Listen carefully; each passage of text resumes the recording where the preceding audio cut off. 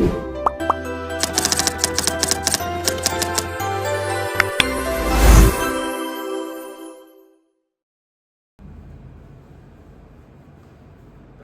nama saya Jason Kristen Keca dan terhormat Bapak Ardan SKMMKes. Pada pagi hari ini saya akan mempresentasikan tentang analisis risiko klinis dalam keselamatan pasien di rumah sakit. Adapun deskripsi kasusnya, pada tanggal 7 Juni 2025 di RS Harapan Sehat, dua pasien dengan nama hampir sama, Rudi Hartono 52 tahun dan Rudi Hartono 50 tahun dirawat di ruang yang sama. Perawatan membawa pasien Rudi Hartono ke ruang tindakan untuk menjalin transfusi darah. Padahal seharusnya yang menerima transfusi adalah Rudi Hartono. Keselamatan tidak disadari hingga proses transfusi berjalan 15 menit.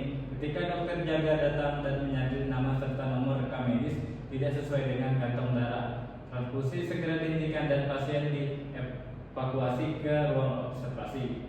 Pihak yang terlibat, pasien Rudi Hartono salah pasien. Pasien Rudi Hartono yang benar seharusnya menerima transfusi. Perawat pelaksana tindakan dan dokter jaga dan petugas bank darah. Akibatnya pasien salah transfusi mengalami reaksi agar ringan, demam, menggigil. Rumah sakit harus melaporkan kejadian ini sebagai sentimen event ke tim keselamatan pasien dan melakukan investigasi reputasi untuk pelayanan menurun dan perlu dilakukan audit internal.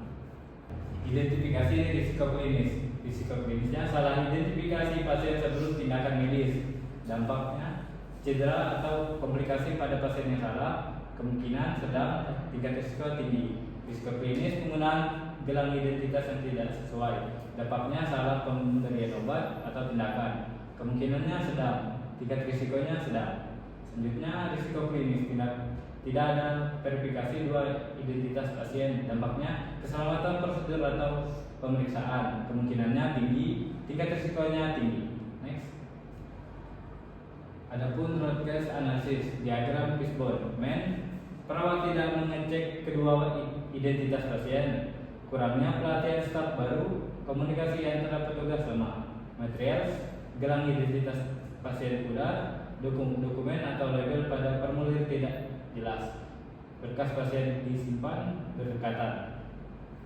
Instruments, tidak ada sistem digital atau barcode tracking. Dokumentasi verifikasi tidak konsisten, audit internal tidak terjadwal. Selanjutnya ada metode, tidak ada checklist verifikasi, SOP identifikasi tidak diterapkan. Alur proses tidak jelas. Selanjutnya ada mesin, tidak adanya barcode scanner, communication device malfunction, printer label rusak. Yang terakhir ada event roulette, pasien nama mirip bersebelahan, pencahayaan kurang, area kerja berisik atau berantakan. Next. Adapun rencana pencegahan berdasarkan Permenkes nomor 2 tahun 2017.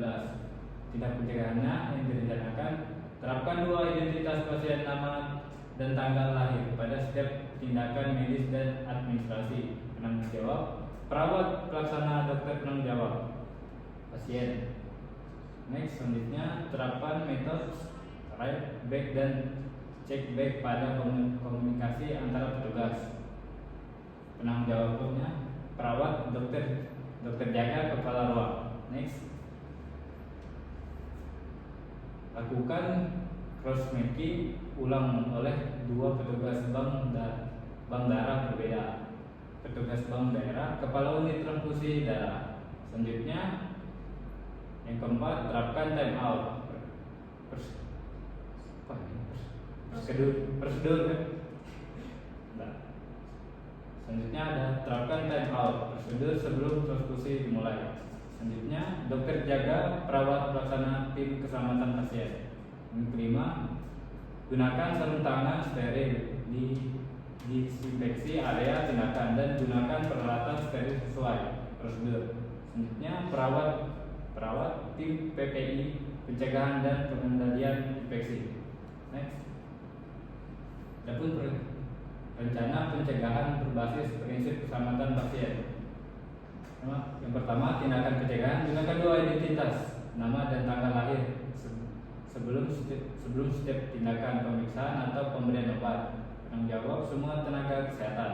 Yang kedua, terapkan red back dan variabel order hanya dengan konfirmasi dua pihak. Penanggung jawab dokter, perawat, dan analis. Yang ketiga, guna tindak pencegahan, gunakan daftar obat. Apa sih ini?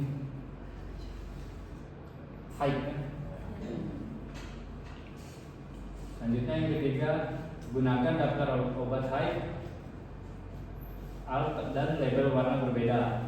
Penanggung jawab farmasi dan perawat. Yang keempat, tindakan pencegahan, terapkan time out sebelum tindakan. Penanggung jawab dokter dan perawat. Kelima, tindakan pencegahan, pastikan higienis tangan dan dilakukan sebelum dan sesudah identifikasi pasien. Penanggung jawab semua petugas klinis.